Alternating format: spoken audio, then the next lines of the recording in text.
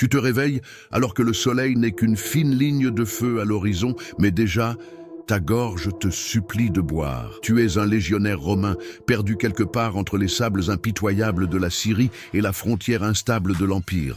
Ton outre est vide depuis hier soir.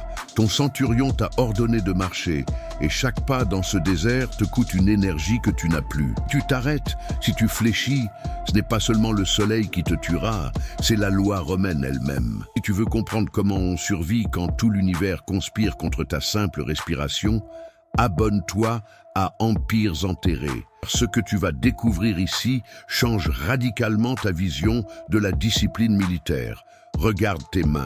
Elles sont couvertes d'une crasse épaisse, un mélange de sable, de sel séché par la sueur et de fer provenant de ton armure qui chauffe sous tes vêtements. Tu ressens cette brûlure sur tes épaules? C'est le poids de ton armement. Un légionnaire en marche transporte près de 30 kilos d'équipement. Dans le désert, chaque gramme est une condamnation à mort. Tu te demandes comment il faisait pour ne pas s'effondrer après quelques heures. La réponse est plus complexe qu'une simple question de volonté. C'est une question de survie biologique poussée à l'extrême par la peur de la sanction. Imagine devoir marcher 30 km par jour avec cette soif qui te vrille les tempes, sachant que la moindre plainte peut être interprétée comme un signe de mutinerie, et la mutinerie, dans les légions, se règle souvent par la décimation. Tu te rappelles ce camarade, Lucius, qui est tombé il y a 2 jours. Tu n'as pas osé te retourner pour l'aider, même si tu en avais l'envie. Le centurion ne tolère aucun arrêt non autorisé. La discipline romaine n'est pas seulement un code de conduite, c'est une horloge implacable. Pour survivre, tu as dû apprendre à économiser chaque goutte de ton énergie. Tu ne parles plus, car parler assèche tes muqueuses. Tu respires par le nez, lentement, pour éviter la perte d'humidité. Tu marches en calquant ton pas sur celui de ton voisin, une machine humaine dont chaque rouage aspire à la prochaine source d'eau. Mais le désert ne pardonne rien. Tu te demandes si tu aurais réussi à tenir, si tu aurais obéi aveuglément, ou si tu aurais tenté de fuir, au risque d'être traqué par la cavalerie légère des auxiliaires. Dis-le en commentaire, car ton instinct de survie est peut-être plus romain que tu ne le penses. Le soleil est maintenant au zénith. Le ciel n'est plus bleu, il est blanc, métallique. Ton cerveau commence à jouer des tours. Tu entends le clapotis d'une source, le bruit du vin versé dans une coupe en métal, mais ce n'est que le vent qui siffle dans les replis de ton manteau. C'est le moment critique, celui où beaucoup abandonnent. Pourtant, les ingénieurs romains savaient quelque chose que nous oublions souvent. Ils ne marchaient pas au hasard. Ils connaissaient le relief, les poches d'eau souterraines, les techniques de forage archaïques mais efficaces. Et surtout, ils utilisaient l'équipement à leur avantage. En inclinant ton bouclier de manière précise, tu peux créer une microzone d'ombre pour ton visage durant les brefs moments de halte. C'est une astuce de survie millénaire, un secret de ceux qui ont conquis le monde sous des latitudes impossibles.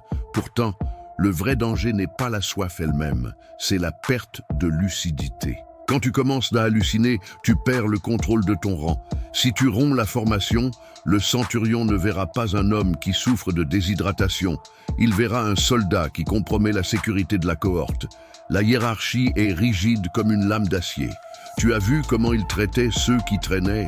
Il ne les abandonnait pas à la mort. Il les achevait pour éviter qu'ils ne tombent entre les mains de l'ennemi. C'est une logique brutale, une logique de conquête. Tu es là, le sable brûle sous tes sandales, et chaque battement de ton cœur résonne dans ta tête comme un tambour de guerre. Est-ce que tu tiendrais 3 jours entiers dans ces conditions? C'est la limite humaine, la frontière entre le soldat et le cadavre. Il y a un moment, vers le milieu de la journée, où la chaleur devient si intense que tes vêtements semblent prendre feu. C'est là que tu réalises que Rome n'a pas conquis le monde par la chance, mais par une gestion obsessionnelle du corps humain. Ils utilisaient des rations spécifiques, riches en céréales, mais surtout, ils pratiquaient l'endurcissement dès l'entraînement. Ils ne t'envoient pas dans le désert sans t'avoir préparé à la privation. Même le meilleur entraînement ne peut contrer l'implacable loi de la nature. Si tu veux survivre aux prochaines histoires de cette série, abonne-toi maintenant. car nous allons explorer comment la médecine antique essayait, tant bien que mal, de réparer les dégâts causés par ces marches forcées. Tu vois, le centurion s'arrête. Il lève une main. Le silence tombe sur la colonne. Ce n'est pas pour boire, car il n'y a rien à boire. C'est pour vérifier la cohésion. Il scrute vos visages. Il cherche le signe de la peur, le signe de la défaillance. Tu dois rester immobile, le regard fixe, le dos droit. Même si tes jambes tremblent, même si tes yeux se révulsent sous l'effet de la chaleur, tu dois simuler la force. C'est là que réside le mystère de la Légion. Le pouvoir ne vient pas de l'eau. Il vient de la peur du supérieur et de la solidarité forcée entre les hommes. Tu dépends de ton camarade pour maintenir le rythme et lui dépend de toi. Si l'un tombe, le groupe ralentit. Et si le groupe ralentit, tout le monde meurt. C'est une équation mathématique de la survie. Tu te demandes probablement ce qui se passait après le 3e jour. Est-ce qu'ils survivaient tous? Loin de là. Les pertes en terre désertique étaient colossales, bien plus que lors des batailles rangées. Et ces morts étaient invisibles. Elles étaient absorbées par le sable avant même que le soleil ne se couche. Les historiens parlent souvent de victoires éclatantes, mais ils oublient ce silence des marches forcées, cette agonie étouffée sous le poids de la gloire impériale. Tu es maintenant au cœur de cette expérience. Sens-tu la poussière qui tapisse ton palais? Sens-tu cette fatigue qui te demande de t'allonger, de fermer les yeux pour toujours? C'est ce que chaque soldat de la Légion a ressenti au moins une fois dans sa carrière. C'est le prix à payer pour faire partie de la machine de guerre la plus efficace de l'Antiquité. Il existe une technique, oubliée par beaucoup, que les vétérans utilisaient pour tromper leur organisme. Ils ne cherchaient pas à boire. Ils cherchaient à maintenir leur température interne en utilisant des bandes de tissu trempées dans le peu de liquide disponible pour rafraîchir les points de pulsation du corps. C'est une horreur nécessaire, une réalité que aucun chroniqueur de l'époque n'a osé décrire avec précision. Mais pour toi, ici, la vérité est nue. La survie n'a rien de glorieux. Elle est faite de sueur, de sang, et d'une discipline qui efface toute forme d'humanité pour ne laisser que l'efficacité du soldat. Si tu penses que la discipline moderne est dure, imagine celle des Romains. Pas de droit, pas de pause, pas de pitié, seulement le devoir. Tu es en train de réaliser que ton confort actuel est un luxe que ces hommes n'auraient jamais pu imaginer. Chaque fois que tu bois un verre d'eau, souviens-toi de ces 3 jours dans le désert. Souviens-toi du poids de l'armure, de la peur du centurion et de l'incroyable résilience de ceux qui ont bâti un empire sur des cadavres desséchés. Tu n'es pas seulement un spectateur, tu es le témoin de cette souffrance ancestrale. Le désert finit par tout prendre, mais il laisse derrière lui des leçons que l'histoire ne doit pas oublier. Nous arrivons à la fin de cette marche. Le soleil commence enfin à descendre, apportant une ombre salvatrice. Tu es encore debout, tu as tenu.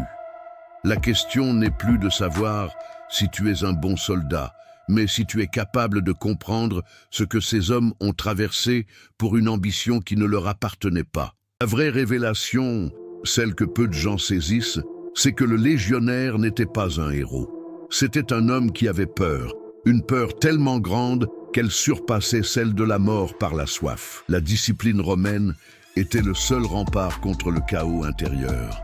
C'est ce qui maintenait l'Empire debout, cette capacité à transformer la terreur en ordre. Seuls ceux qui restent jusqu'à la fin comprennent vraiment que la force de Rome ne résidait pas dans ses armes, mais dans sa capacité à briser la volonté humaine pour la reconstruire en acier. Tu as survécu à ces 3 jours, mentalement, mais le prix a été payé. Si cette plongée dans l'enfer de l'Antiquité t'a fait réaliser la fragilité de la condition humaine, alors n'oublie pas de laisser un pouce bleu et de partager cette vidéo avec quelqu'un qui pense que l'histoire est une matière ennuyeuse. Le monde antique est bien plus sombre, bien plus violent et bien plus fascinant que ce que les livres scolaires voudraient te faire croire. Avant de te quitter, pose-toi cette question. Dans ta propre vie, quelle est la limite que tu n'as pas encore osé franchir? Quelle est cette épreuve que tu ignores, mais qui, si elle arrivait, révélerait ta véritable nature? Les soldats romains n'avaient pas le choix, ils étaient jetés dans le brasier. Toi, tu as le privilège du choix. Utilise-le. Penses-tu que la discipline romaine était une nécessité absolue pour maintenir un si vaste empire, ou était-ce une cruauté inutile qui a fini par détruire l'âme même des citoyens de Rome? Dis-le-moi en commentaire, car chaque réponse nourrit la réflexion que nous construisons ensemble sur cette chaîne. Reste curieux, reste vigilant, et souviens-toi que derrière chaque monument romain, il y a la sueur, le sang et le souffle court d'un homme qui, comme toi, a dû affronter l'enfer pour exister. La survie n'est pas une destination, c'est une répétition constante de gestes, de pensées et de choix. Tu es le maître de ton propre désert. Quand vas-tu le traverser demain? Je te laisse avec cette pensée, en espérant te retrouver dans la prochaine immersion au cœur des empires enterrés. Reste attentif, car l'histoire ne dort jamais, et elle est prête à te révéler ses secrets les plus enfouis, tant que tu es prêt à les écouter. À très bientôt, pour une nouvelle confrontation avec le passé.